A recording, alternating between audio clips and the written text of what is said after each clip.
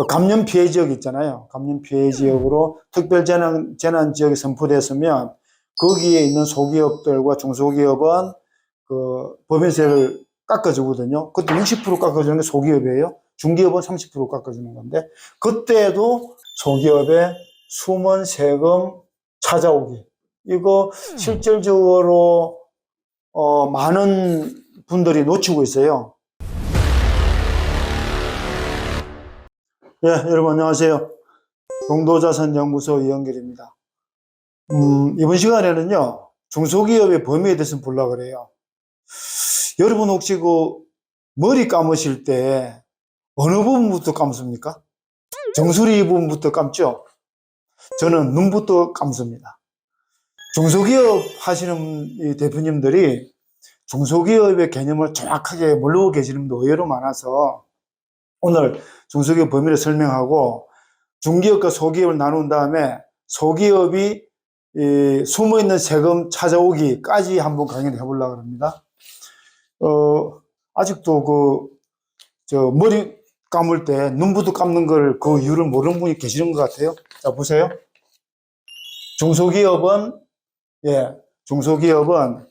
우리나라 기업 분류 체계에서 보면 중소기업을 먼저 정의를 하고 중소기업이 아닌 기업은 대기업 또는 중견기업이 되는 거예요. 요 중견기업이 되고 대기업이 되는 겁니다.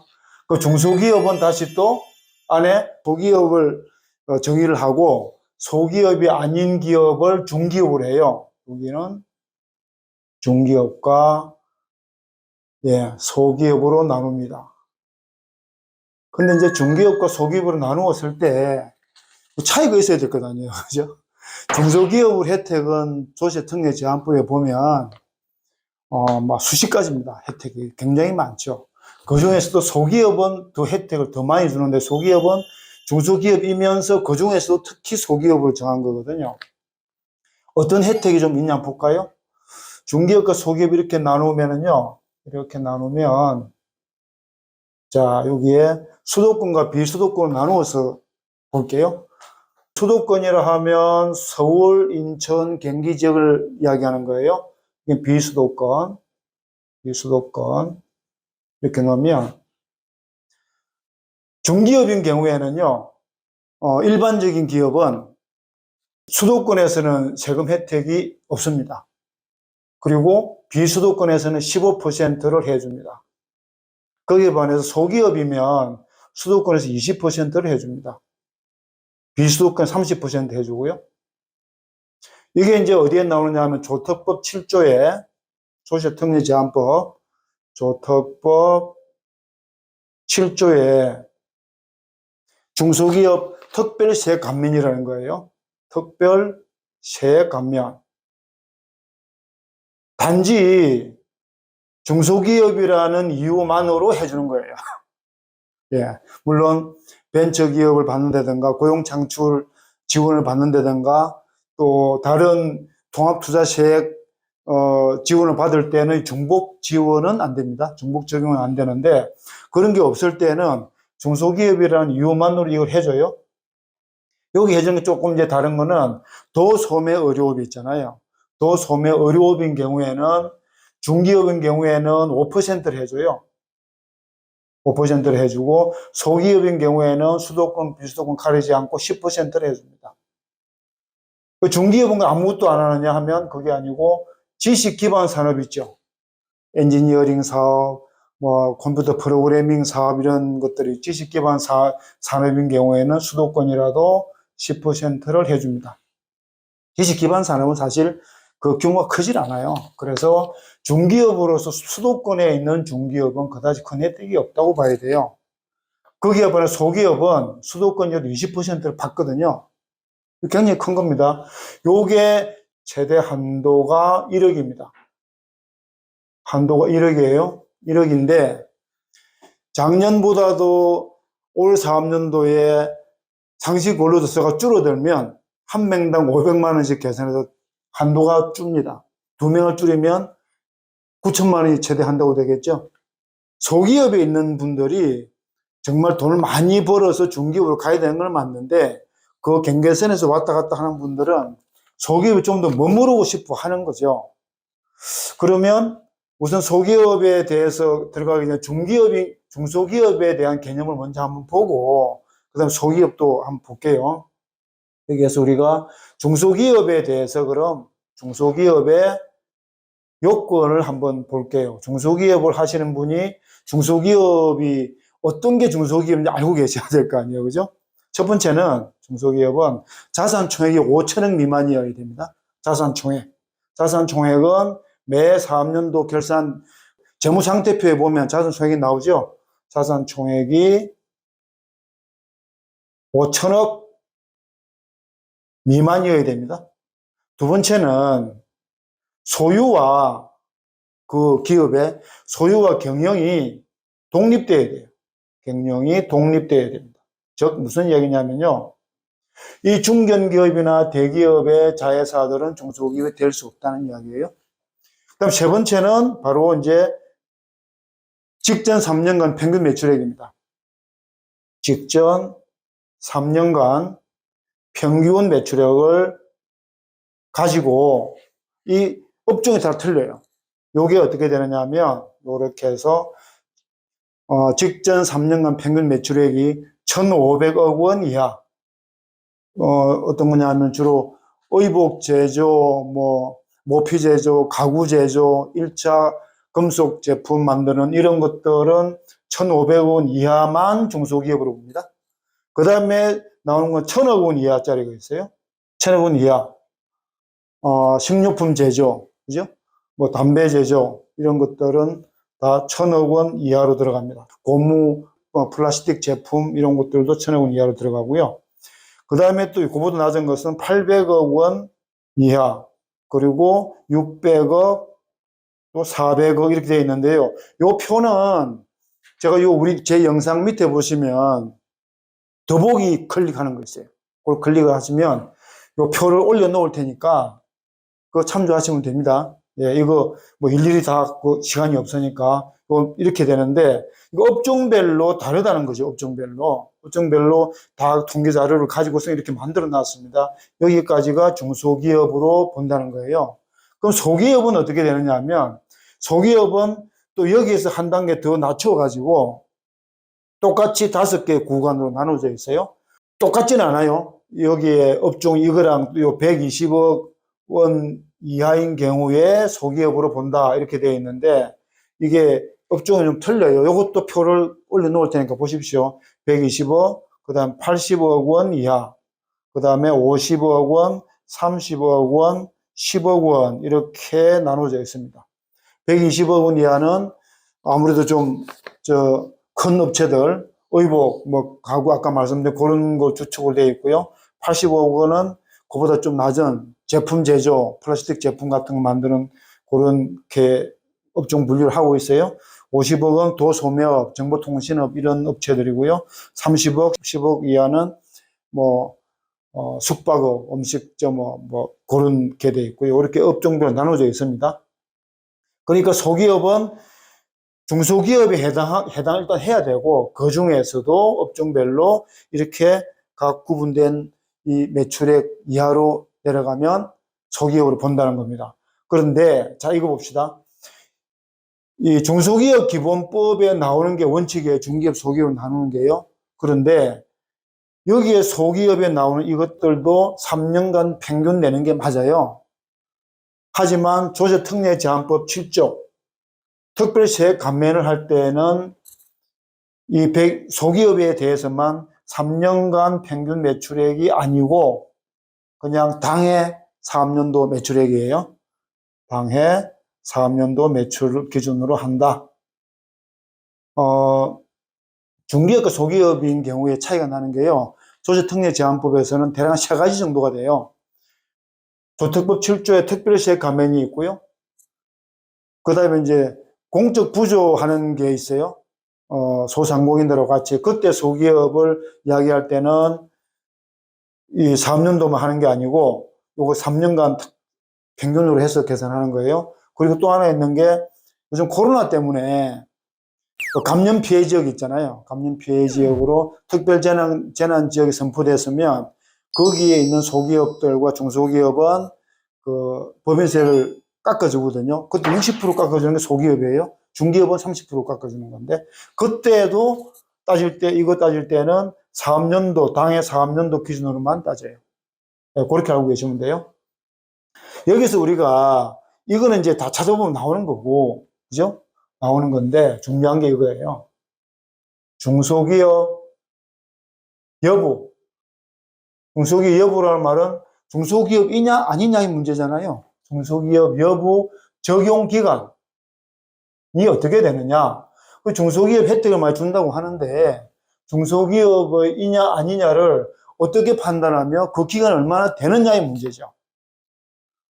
중소기업 기본법에 보면은 그 나와 있는 게 어떻게 나와 있냐면 여부를 어떻게 되어 있냐면요. 자, 예를 한번 들어볼게요. 이렇게 되어 있어요. 2018년, 여기가 2019년, 여기가 2020년, 2021년, 현재 여기까지 와 있다고 가정을 해보죠. 그러면 C10이 코드 번호가 식료품 제조입니다. 그죠? 전에 우리 코드 번호 공부 좀 했잖아요. 그죠? 식료품 제조는 중소기업이냐 아니냐 따질 때는 3년간 평균 매출액의 1,000억 원 이하에 해당돼요. 근데 이 C10 기업이 이쪽으로 넘어오면 소기업이냐 아니냐 할 때는 120억 원 이하가 돼야 돼요. 그죠?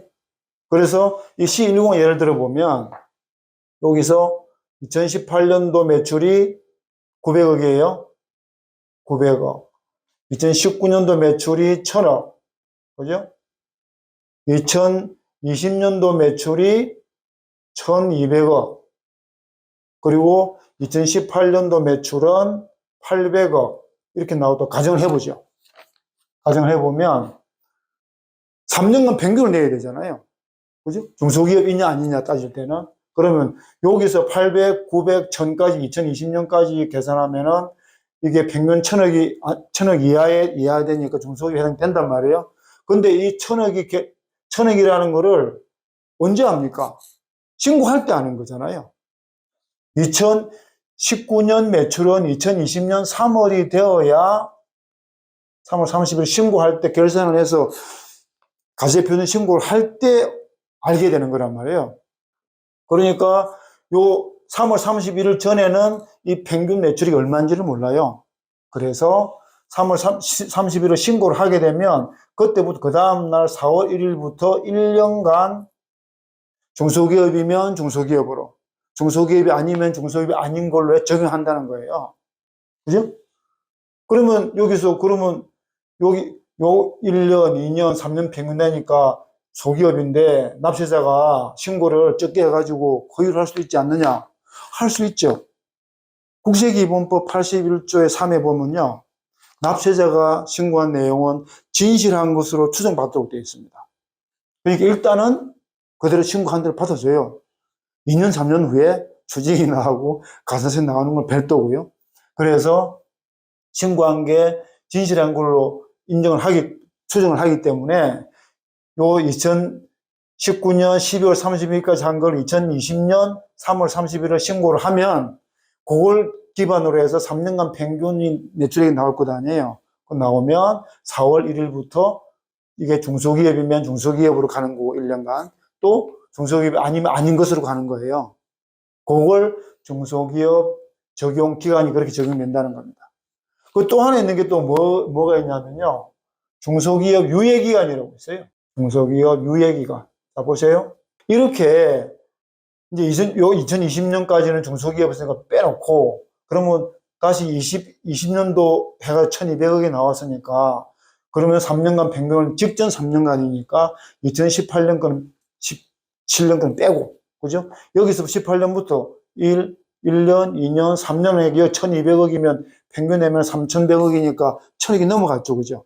그러면 마찬가지로 2021년 3월 30일 신고를 했고, 신고를 해보니까 평균 매출액이 1,000억을 넘어갔죠. 그러면 중소기업이 아니란 말이에요. 중소기업 4월 1일부터 중소기업이 아니다. 이렇게 1년간 그렇게 적용을 해 가는 거예요. 근데 이렇게 되면 중소기업이 그 많은 혜택을 받다가 갑자기 중소기업이 아니면 이 좀 대응하기 어려울 수 있잖아요.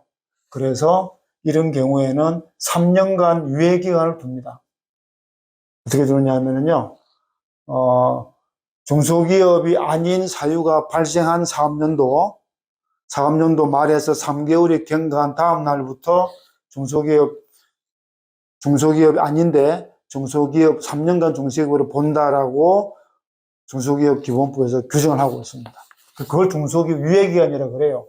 그러면 이럴 수 있죠. 그럼 여기 잠깐 보세요.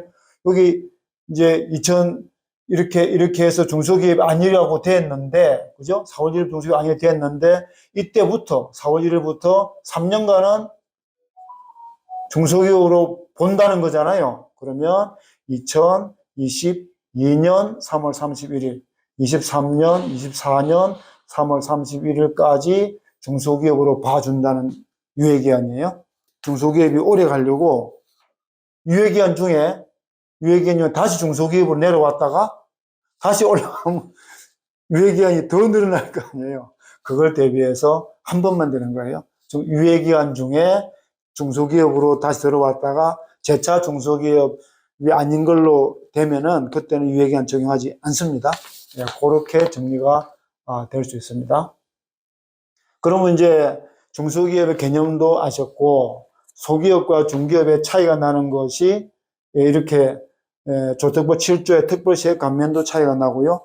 저 뒤에 90 몇 조인가요? 그런데 그 감염지역, 특별재난지역에 있는 소기업과 중기업의 감면세율이 또 차이가 납니다. 그런 차이가 나는 부분이 있어서 갑자기 소기업에 머물려고 하는 경향이 좀 많죠. 그런데 중소기업 적용기간과 중소기업 유예기간을 그러면 소기업에서 중기업으로, 그러니까 규모의 확장 등으로 해서 소기업에 해당됐던 기업이 이걸 넘어가면 이제 중기업이 될 것 아니에요. 중기업이 되고자 할 때, 이때도 유예기간 3년이 적용될까요? 우리 소기업의 용감한 대표님 한 분이 소기업에 있다가 이제 규모 확장 이걸 초과되다 보니까 업종별로 다르겠죠, 그죠? 초과되는 걸 보고서 그때 C22, 예, 고무 플라스틱 제품 만드는 회사예요. 이 회사가 소기업에 해당되려면 85 이하가 돼야 돼요. 업종별로 나눠지니까. 종업원이 30명 가까이 됐던 업체예요. 이 업체가 소기업에서 이제 80억이 넘어가니까 중기업이 됐을 것 아니에요. 그래서 이 회사에서 나의 소기업에서 중기업 넘어가니까 중소기업은 중기업과 소기업 나누어져 있고, 그죠? 그리고 중소기업은 유예기간 3년을 주니까 소기업에서도 중기업으로 넘어가는 것도 3년을 달라 해서 이 감면 신청까지 같이 가지 신고를 할 때 냈어요.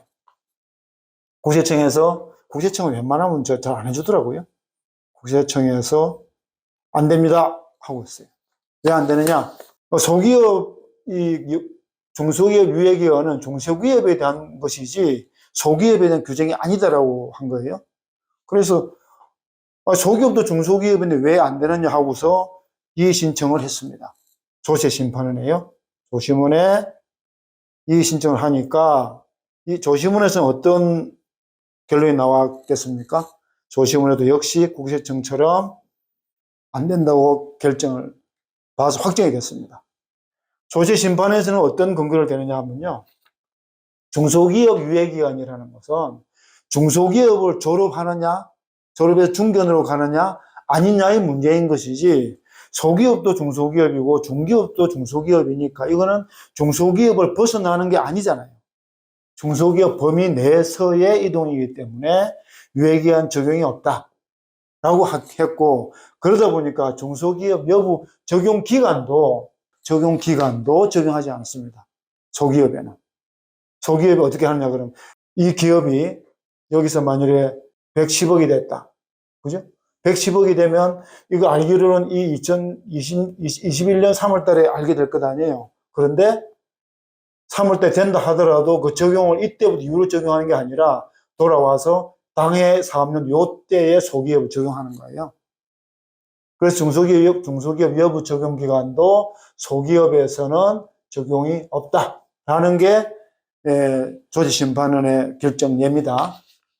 그리고 다만 3년간 평균 매출액 내에서 이 기준대로 하는 거 있잖아요. 이건 적용이 되는 거예요. 그런데 조세특례법 7조엔 특별세 감면하고 그 다음에 감염 피해 재난 특별 재난 지역으로 된 그 경우에는 조특법에 규정이 있습니다. 평균 매출액 등은 그냥 당해 사업연도 매출액으로 본다라고 규정이 되어 있습니다. 그래서 그렇게 정리를 하는 겁니다.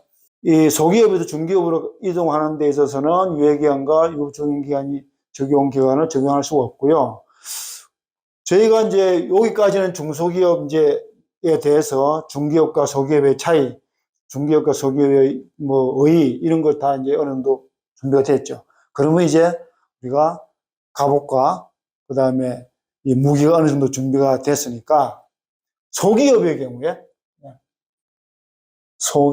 경우에 숨은 세금 찾아오기 한번 해볼까 합니다. 소기업의 숨은 세금 찾아오기. 이거 실질적으로 많은 분들이 놓치고 있어요.